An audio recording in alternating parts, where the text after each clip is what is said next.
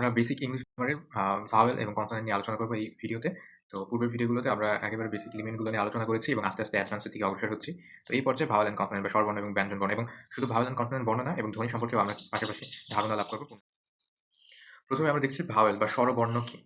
আমরা ভাওয়েল বা স্বরবর্ণের সঙ্গে এটা বলতে পারি যে সকল লেটার, যে সকল বর্ণ অন্য কোনো বর্ণের সাহায্য ছাড়াই নিজে, নিজে উচ্চারিত হতে পারে তাদেরকে ভাওয়েল বলে। তো এইটা হচ্ছে আমরা সংজ্ঞা হিসেবে বলতে পারি। তো এখানে আ অন্য কারো সাহায্য ছাড়া বলতে কি বোঝাচ্ছে? অন্য কোনো বর্ণের সাহায্য ছাড়া বলতে বোঝাচ্ছে যে ভাওয়েলটা যখন উচ্চারিত হয়, ভাওয়েল সাউন্ড গুলো যখন উচ্চারিত হয়, তখন আ আমাদের ফুসফুস থেকে বাতাস সরাসরি মুখ দিয়ে বের হয়ে আসে। কোথাও কোনো রকম বাধাপ্রাপ্ত হয় না কিংবা অন্যান্য কোনো অঙ্গ-প্রত্যঙ্গের অর্থাৎ বাকযন্ত্রের অন্যান্য কোনো প্রত্যঙ্গের কোনো দরকার হয় না। তো আমরা দেখি স্বরবর্ণ বলতে কি বোঝায়? স্বরবর্ণ হলো এমন অক্ষর বা যা উচ্চারণের সময় মুখগহ্বরে বা শ্বাসনালীতে ফুসফুস থেকে বের হয়ে আসা বাতাস কোনো বাধা বা ঘর্ষণ ছাড়াই অবাধে বেরিয়ে আসে। ঠিক আছে?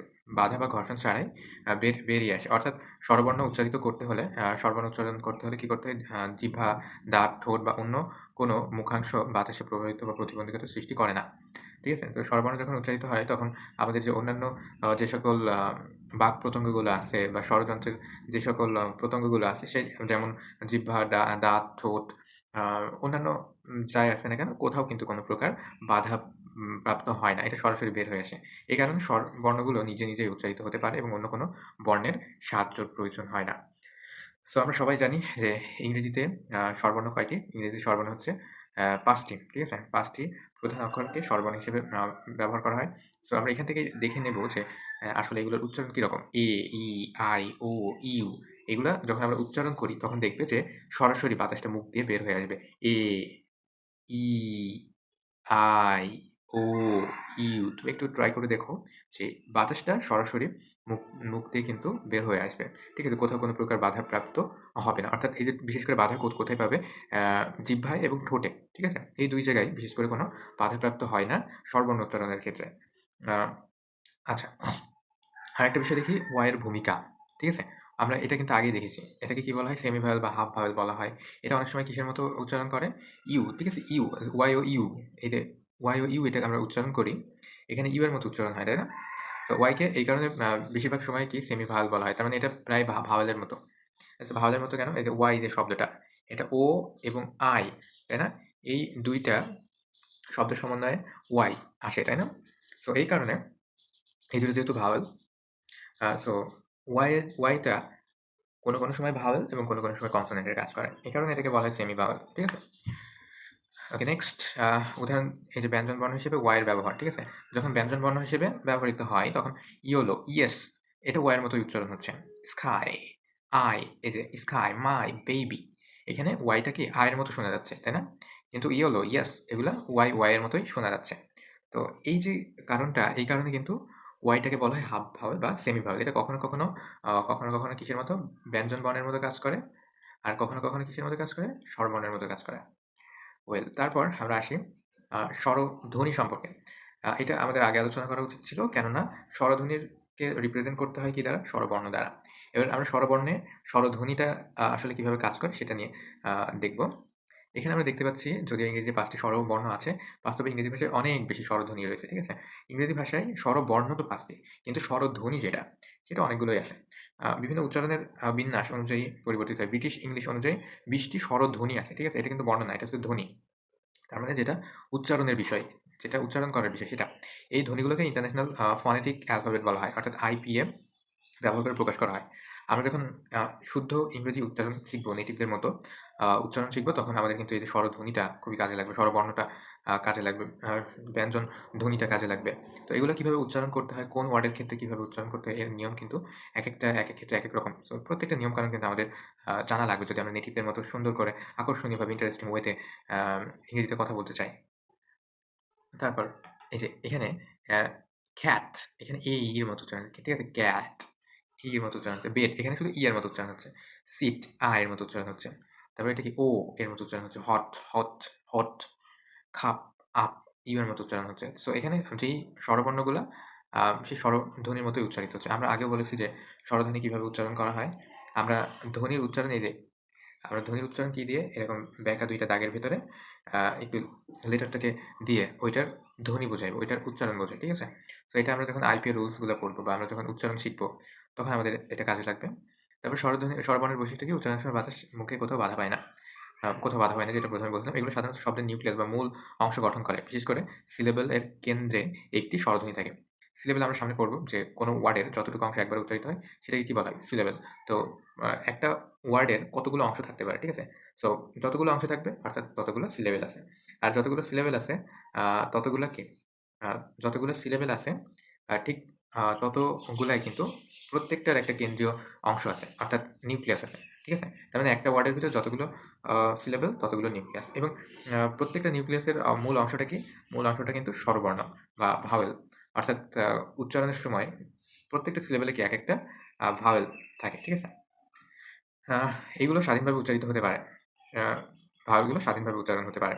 চলো এটা আমরা দেখাই যে ভাওয়েলগুলো কিভাবে স্বাধীনভাবে উচ্চারিত হতে পারে। আমরা যখন উচ্চারণ করি, আমরা যখন উচ্চারণ করি তখন শুধু কি এ এটাই উচ্চারণ হতে থাকে। আমরা যখন আ উচ্চারণ করি তখন এটা এরকম উচ্চারণ হতে থাকে। ঠিক আছে? শুধু এখানে থাকে। তাছাড়া আর কোনো ধ্বনি কিন্তু থাকে না। আই, এটা এটা এরকম উচ্চারণ কিন্তু একই উচ্চারণ হতে থাকে। ও, এটা ও এর মতো উচ্চারণ ও এর মতো হতেই থাকে। ঠিক আছে? ইউ, এটা এর মতো উচ্চারণ কিন্তু হতেই থাকে। তো তোমরা এখানে বুঝলে যে ভাওয়েল গুলা এ, ই, আই, ও, ইউ এগুলো যখন উচ্চারণ করবে তখন দেখবে যে এখানে শুধুমাত্র ভাওয়েলই আছে। অর্থাৎ শুধুমাত্র আ এইটাই আছে। আর অন্য কোনো ধ্বনি এখানে নাই। তো এখানে টোটাল এই ৫ টা ধ্বনির ক্ষেত্রে এরকম। আচ্ছা। কিন্তু কনসোনেন্টের ক্ষেত্রে কি তাহলে? কনসোনেন্টের ক্ষেত্রে অবশ্যই ভাওয়েলের সাহায্য নিতে হবে। ঠিক আছে? ব্যঞ্জনবর্ণ বা কনসোনেন্ট হলো এমন অক্ষর যা উচ্চারণের সময় মুখ্য গহ্বরে যেমন জিহ্বা, দাঁত, ঠোঁট, স্বরযন্ত্র, ফুসফুস থেকে আসা বাতাস আংশিকভাবে বা সম্পূর্ণভাবে বাধাগ্রস্ত হয় বা ঘর্ষণ লাগে। তার মানে এগুলো কি? জিহ্বা এবং দাঁত কিংবা হচ্ছে ঠোঁট এইগুলো দ্বারা অবশ্যই বাধাপ্রাপ্ত হবে। আমি সামনে দেখাবো কিভাবে বাধাপ্রাপ্ত হয়। এই বাধা বা ঘর্ষণের কারণে একটি নির্দিষ্ট ধ্বনি উচ্চারণ হয়। তার মানে এগুলোতে বাধা পায় বলেই ওই ধ্বনিগুলোর উচ্চারণ হয়। ব্যঞ্জন বর্ণগুলো সাধারণত স্বরবর্ণের সাহায্য ছাড়া নিজে স্পষ্টভাবে উচ্চারিত হতে পারে না। তো এই যে স্বরবর্ণের যে উচ্চারণ, এটা উচ্চারণ করতে হলে অবশ্যই কি লাগে? অন্য কোনো বর্ণের সাহায্য লাগে। ঠিক আছে? এবং সেই বর্ণগুলো কি? সেই বর্ণগুলো হচ্ছে স্বরবর্ণ। অর্থাৎ স্বরধ্বনির সাহায্য ছাড়া ব্যঞ্জনধ্বনি উচ্চারণ হতে পারে না। স্বরবর্ণের সাহায্য ছাড়া ব্যঞ্জন বর্ণ উচ্চারণ হতে পারে না। চলো আমরা এটাই এখন দেখব যে কিভাবে উচ্চারণ হতে পারে না। এই যে আমরা যদি এটা যদি উচ্চারণ করি এখানে তুমি কি ঠোঁটটাকে যদি খোলা রেখে কি উচ্চারণ করতে পারবা? পারবা না। সো ঠোঁটটা তোমাকে একটু সময়ের জন্য হলেও বন্ধ করতে হবে। সো এইটা দ্বারাই বোঝাচ্ছে যে বাধাপ্রাপ্ত হয়। ঠিক আছে? ব্যঞ্জন ধ্বনিগুলো বাধাপ্রাপ্ত হয়। ওকে? তো আরেকটা কথা হচ্ছে সেটা হচ্ছে তুমি যখন টা উচ্চারণ করবা তখন এর সাথে কি উচ্চারণ হচ্ছে? ই এটা উচ্চারণ হচ্ছে। ঠিক আছে? এভাবে C, D, E, F, G, H, H, I, H, J, K, A, ঠিক আছে? L, M, N, O, P এগুলা মানে যেগুলা কনসোনেন্ট আছে প্রত্যেকটা কনসোনেন্টে দেখবা যে কনসোনেন্টের শেষে উচ্চারণটা যেটা হচ্ছে সেটাই কি উচ্চারণ হচ্ছে? সেটা একটা স্বরবর্ণের বা স্বরধ্বনির উচ্চারণ হচ্ছে। যেমন পি, এর পির কথা বলো। পি কেমন হচ্ছে? আর হচ্ছে লাস্টে কি? ঠিক আছে? পি। আর ওয়াই এটা ব্যঞ্জন বর্ণ হিসেবে ধরা হয়েছে কারণ এখানে কিছু ক্ষেত্রে ব্যঞ্জন বর্ণের মতো কাজ করে। তো ওয়াই এটা সেমি ভাওয়েল অর্থাৎ এটা আমি আগেই বলেছিলাম যে ভাওয়েল হিসেবেও কাজ করে আবার কনসোনেন্ট হিসেবেও কাজ করে। তো এটাকে এই কারণে কনসোনেন্টের আন্ডারে রাখা হয়েছে। আমরা একেবারে যেগুলো ক্লিয়ার কাট গুলা সেগুলো আলাদা করে জাস্ট ভাওয়েলের ভেতরে রাখছি। এতটুকুই। ঠিক আছে? এবার ব্যঞ্জন ধ্বনির উচ্চারণ। ইংরেজিতে ২১ টি ব্যঞ্জন ধ্বনি থাকলেও বাস্তবে প্রায় ২৪ টি ব্যঞ্জন ধ্বনি আছে। ঠিক আছে? এই ধ্বনিগুলোর উচ্চারণের স্থান বা প্লেস অফ আর্টিকুলেশন বা উচ্চারণের পদ্ধতি বা ম্যানার অফ আর্টিকুলেশন অনুযায়ী শ্রেণীবদ্ধ করা হয়। যেমন ফেন, ব্যাট, এই যে ফেন আমরা যখন এটাকে উচ্চারণ করব তখন কি হবে? ২ টা ঠোঁট কিন্তু বাতাসকে আটকে দেবে। ব্যাট এটা কি হবে? ঠোঁট দিয়ে বাতাসকে আটকে ধ্বনি উচ্চারণ হয়। ঠপ এটা জিহ্বার অগ্রভাগ। ঠপ যখন উচ্চারণ করবা এই জিহ্বার ভাগটা উপরের দিকে চলে যাবে। দেখবা ঠপ তুমি যদি উচ্চারণ করো বুঝতে পারবা। তো এইরকম কয়টা আছে? এরকম ২৪ টা আছে। ঠিক আছে? এরকম ২৪ ধরনের আছে। আমরা উচ্চারণের নিয়ম যখন আলোচনা করব তখন এটা নিয়ে আলোচনা করব। উচ্চারণের সময় বাতাস মুখগহ্বরে কোথাও বাধাপ্রাপ্ত বা ঘর্ষণ লাগে। ঠিক আছে? আর স্বরবর্ণে কোথাও ঘর্ষণপ্রাপ্ত হয় না কিন্তু এখানে ঘর্ষণ লাগে এবং ঘর্ষণ লাগার ফলেই ব্যঞ্জন ধ্বনির উচ্চারণ সাকসেসফুলি হয়। এগুলো সাধারণত স্বরবর্ণের সাথে যুক্ত হয়ে সিলেবেল তৈরি করে।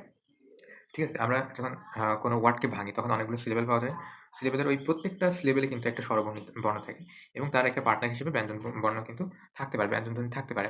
এগুলো স্বাধীনভাবে উচ্চারিত হতে পারে না। স্বরবর্ণের সাহায্যের প্রয়োজন হয়। তুমি যদি বি উচ্চারণ করো তাহলে ই ছাড়া কি বি উচ্চারণ করতে পারবা? পারবা না তো। এইভাবে যতগুলো ব্যঞ্জন বর্ণ আছে বা ব্যঞ্জন ধ্বনি আছে সবগুলো উচ্চারণ করতে হলেই তোমাকে ভাওয়েলের সহায়তা নিতে হবে।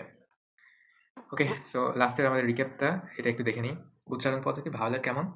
ভাওয়েল উচ্চারণ হয় হচ্ছে কোথাও বাধাপ্রাপ্ত না হয়ে জাস্ট বের হয়ে আসে বাতাসটা, ঠিক আছে? কিন্তু কনসোনেন্টের ক্ষেত্রে কি হয়? বাতাসটা মুখ্য গহ্বরের আংশিক বা সম্পূর্ণ বাধাপ্রাপ্ত হয় বা ঘর্ষণ লাগে। স্বাধীনভাবে উচ্চারণ নিজে, নিজে উচ্চারিত হতে পারে। ভাওয়েলটা কি নিজে, নিজে উচ্চারিত হতে পারে। কিন্তু কনসোনেন্ট স্বরবর্ণের সাহায্য ছাড়া বা ভাওয়েলের সাহায্য ছাড়া নিজে, নিজে উচ্চারিত হতে পারে না। সিলেবেলের ভূমিকা সাধারণত একটি সিলেবেলের মূল কেন্দ্র বা নিউক্লিয়াস হয় হচ্ছে ভাওয়েল, ঠিক আছে? সাধারণত সিলেবেলের শুরুতে বা শেষে থাকে।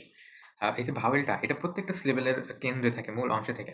কিন্তু কনসোনেন্টটা এটা কোনো সিলেবেলকে শুরু করে বা এটা দিয়ে সিলেবেল শেষ হয় কনসোনেন্ট দিয়ে। ইংরেজি অক্ষর কি এ, ই, আই ও ইউ এবং মাঝে, মাঝে ওয়াই যেটা আ স্বরবর্ণের সাহায্য হিসেবে কাজ করে। তারপর ২১ টি আছে কনসোনেন্ট। কনসোনেন্ট আছে ২১ টি বি থেকে অর্থাৎ ই, আই ও ইউ ছাড়া বাকি যতগুলো আছে ২১ টি সবগুলা। কিন্তু ধ্বনির ক্ষেত্রে দেখো ধ্বনি কিন্তু আম উচ্চারণের ভিন্নতার কারণে বা বিভিন্ন শব্দ বিভিন্ন রকম উচ্চারণ হওয়ার ভিত্তিতে এখানে ইংরেজিতে ধ্বনি আছে, ঠিক আছে? স্বরধ্বনি আছে কয়টি? ২০ টি। আর ব্যঞ্জন ধ্বনি আছে ২৪ টি, ঠিক আছে? এটা ধ্বনির ক্ষেত্রে। ধ্বনির ক্ষেত্রে একরকম আর হচ্ছে বর্ণের ক্ষেত্রে একরকম। ধ্বনিটা জাস্ট উচ্চারণটা লেখা হয়। কিন্তু বর্ণ উচ্চারণের পাশাপাশি সাংকেতিক চিহ্ন দিয়ে প্রকাশ করার একটা ব্যাপার থাকে, ঠিক আছে? তো এই ছিল আমাদের ধ্বনি। ধ্বনি নিয়ে মোটামুটি বেসিক কথাবার্তা এবং আলোচনা।